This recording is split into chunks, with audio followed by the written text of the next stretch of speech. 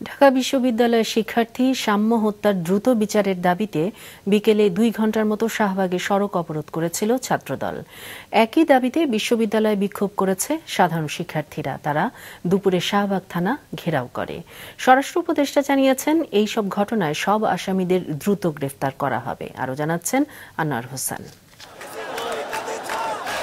ঢাকা বিশ্ববিদ্যালয়ের ছাত্রদল নেতা সাম্য হত্যার বিচারের দাবিতে বিকেল 3:45 থেকে প্রায় 2 ঘণ্টা শাহবাগে সড়ক অবরোধ করে রাখে জাতীয়তাবাদী ছাত্রদল। সে সময় বন্ধ ছিল সড়কে যান চলাচল।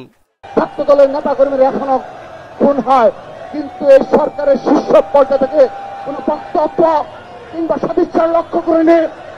আমরা স্পষ্ট ভাষায় বলে দিতে চাই, যদি ছাত্রদল মনে করে এই শাহবাগ চত্বর থেকে এই যমুনায় আমরা পদযাত্রা শুরু করি, এই পদযাত্রা রোখার ক্ষমতা কারণে দুপুর 2টার দিকে একই দাবিতে অপরাজেয় বাংলার পাদদেশে বিক্ষোভ সমাবেশ করেছে বিএনপির এই অঙ্গ সংগঠন, যেখানে উপাচার্য ও প্রক্টরের পদত্যাগের দাবিও করে তারা।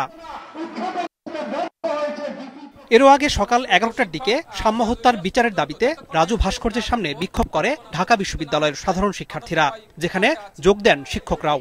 সংহতি প্রকাশ করেন উপাচার্য অধ্যাপক ডক্টর নিয়াজ আহমদ খান। বিক্ষোভে এসেছিলেন সাম্যের বড় ভাই শরীফুল আলম সৈকত। বিশ্ববিদ্যালয় প্রশাসন এবং পুলিশ প্রশাসনের কাছে দাবি জানাই, আমার ভাইয়ের মৃত্যুকে কেন্দ্র করে কোনো নিরপরাধ ব্যক্তি যেন ফেঁসে না যায়।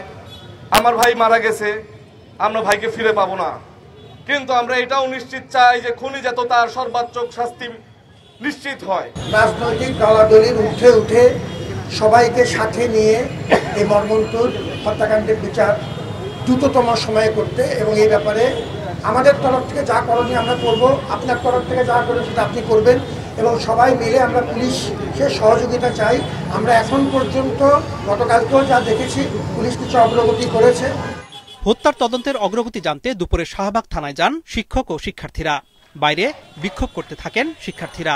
শিক্ষক ও শিক্ষার্থীদের প্রতিনিধি দল বৈঠক করেন রমনা জোনের এডিসি ও অন্যান্য পুলিশ কর্মকর্তাদের সঙ্গে। আমি তো তদন্তের খাতে অনেক কিছু বলতে পারি না, কিন্তু এর অলমোস্ট অনেক অগ্রগতির দিকে আমরা এগিয়ে গিয়েছি। যেহেতু 6 দিনের রিমান্ড, আমরা আমাদের সময় দেন আপনারা, এর ভিতর দেখবেন যে আমাদের সব কাজ কমপ্লিট হয়ে যাবে। প্রতিনিধি দল পরে বৈঠক করেন স্বরাষ্ট্র উপদেষ্টার সঙ্গে। সচিবালয়ে প্রায় আধ ঘণ্টা বৈঠক শেষে জানানো হয়, এই হত্যাকাণ্ডে জড়িত সব আসামিদের দ্রুত গ্রেপ্তারের আশ্বাস দিয়েছেন স্বরাষ্ট্র উপদেষ্টা, আর মামলাটি স্থানান্তর হচ্ছে ডিবিতে। তো স্বরাষ্ট্র উপদেষ্টা মহোদয় এবং ওনার যে টিম, ওনারা ছিলেন সবাই বিষয়টা মনোযোগ দিয়ে শুনেছেন। আমাদের ভিসি স্যার মূল পয়েন্টগুলো বলেছেন। এই কয়েকদিনের অগ্রগতি, আমরা যে শাহবাগ থানার সাথে দফায় দফায় দেখা করেছি, এই কথাগুলো বলেছেন। উপদেষ্টা মহোদয় এটা শুনেছেন। ফার্দার এটা যাতে ফ্যাসিলিটেট হয়, সেইভাবে ওনারা এটা এগিয়ে নিয়ে যাবেন। প্রোগ্রেসটা দেখতে পাচ্ছি, বা সদিচ্ছা যেটা দেখতে পেরেছি আমাদের মাননীয় স্বরাষ্ট্র উপদেষ্টা থেকে, সেটা থেকে আমরা এক্সপেক্ট করতে পারি যে সাম্যর যারা খুনি তারা ইনশাল্লাহ দ্রুত সময়ের মধ্যেই তারা গ্রেফতার হবে এবং বিচারের আওতাধীন তারা হবে। গত মঙ্গলবার রাতে সোহরাওয়ার্দী উদ্যান এলাকায় শাহরিয়ার আলম সাম্যকে ছুরিকাঘাতে হত্যা করে দুর্বৃত্তরা। এই ঘটনায় এখন পর্যন্ত 3 জনকে গ্রেপ্তার করেছে পুলিশ। আনোয়ার হোসেন, মাছরাঙা সংবাদ, ঢাকা।